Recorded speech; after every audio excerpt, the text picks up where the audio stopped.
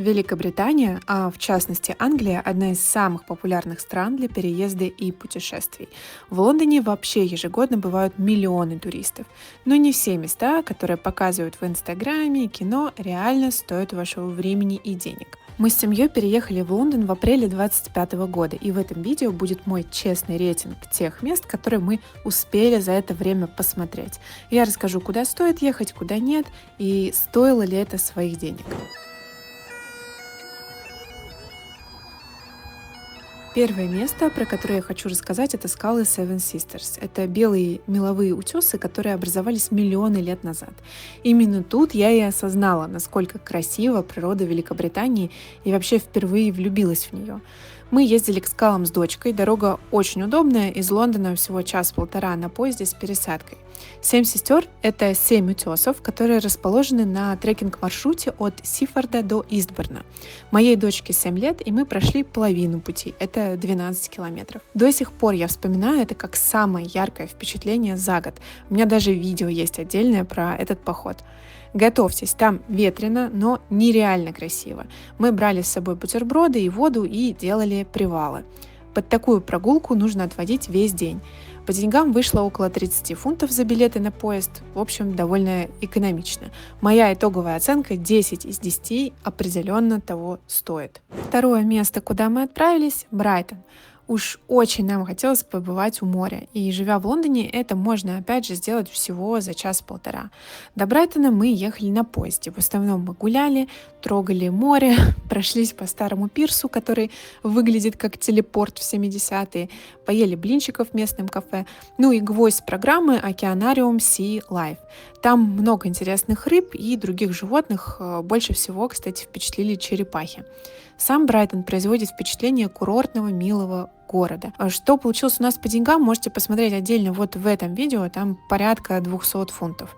Думаю, сюда стоит приехать, но в своем рейтинге я, наверное, дам ему 7 баллов из 10. Все-таки эффекта вау у меня там не случилось. Следующее место — Дартмурский национальный парк, Девоншир.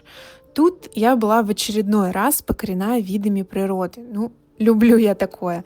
Дартмур — это дикая, мистическая часть Англии, где можно увидеть торы, это древние гранитные скалы, и свободно гуляющих дартмурских пони. Мы были у Haytor Rocks, это один из символов парка.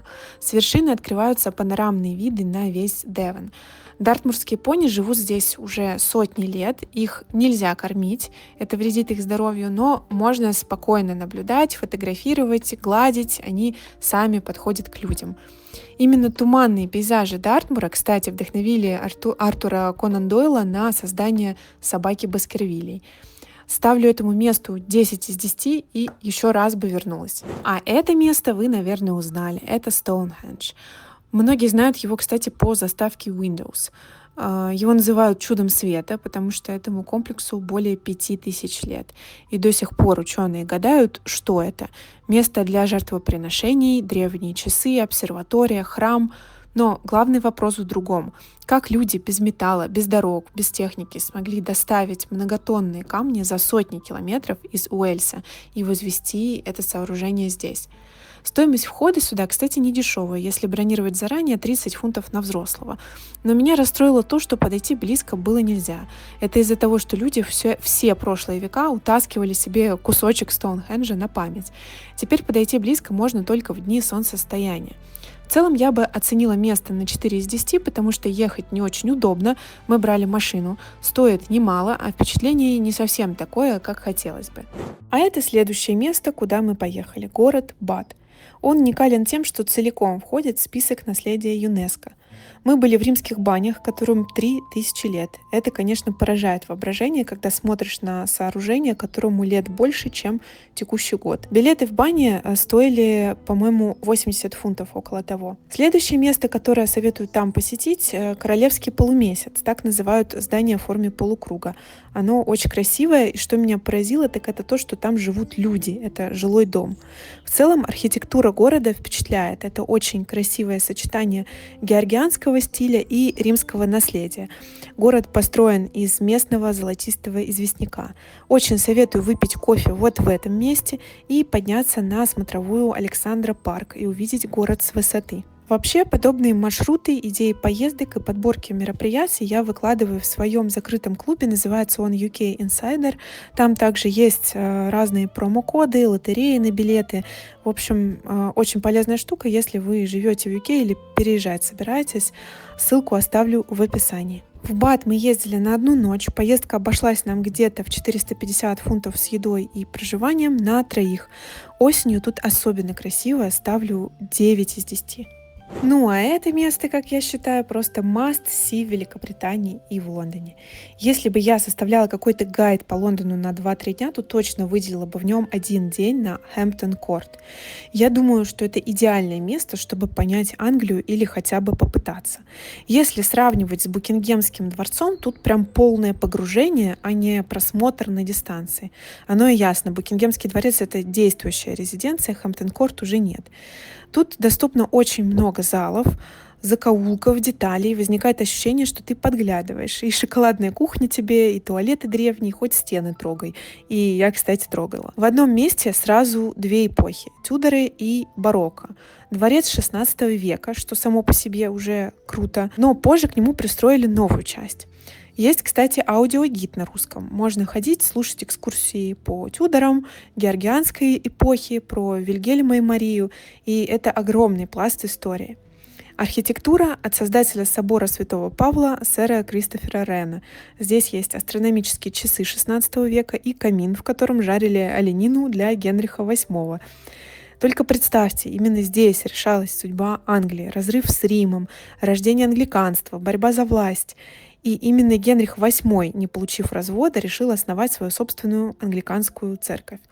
Ну и 6 его браков и одержимость наследником — это тоже большая часть политики и признак эпохи. Свадьбы здесь играли пышные, а некоторых жен здесь же и обезглавили. Обязательно посмотрите на сады, фонтаны, тисы, которые были посажены в 17 веке, и лабиринт, в котором можно заблудиться. Здесь видно отношение англичан к истории и переосмыслению ошибок прошлого, а именно переосмыслению жестокости, отношения к женщинам, католикам. И это классный пример рефлексии, то есть принятия истории и признания плохого и хорошего в ней. В общем, это не просто дворец, это кирпичик в основании Англии. И я рекомендую ехать сразу к открытию, закладывать весь день.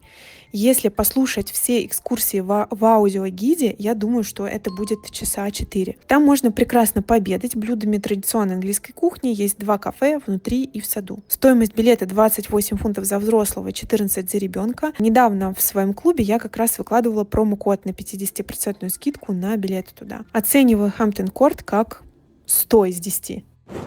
Ну и еще одно место, куда мы успели съездить за эти месяцы — студия Гарри Поттера в Лондоне.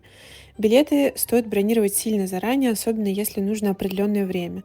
Конечно, это просто рай для миллениала и любого фаната Гарри Поттера. Тут вы увидите и костюмы, и декорации, и на метле сможете покататься. У меня есть отдельное видео про посещение этой студии, где я минут 15 восторгаюсь. Важно, что это реальная студия, где 10 лет велись съемки серии фильмов, в отличие от подобных парков в других странах. Декорации меняются к каждому сезону, мы вот застали зимние. Самое впечатляющее, как по мне, дракон, банк Гринготts и модель Хогвартса, которая и играла в фильмах роль огромного замка.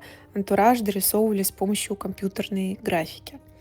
Во время экскурсии узнаешь много деталей о съемках, много интерактивных элементов, когда ты можешь что-то нажать, и это начнет двигаться.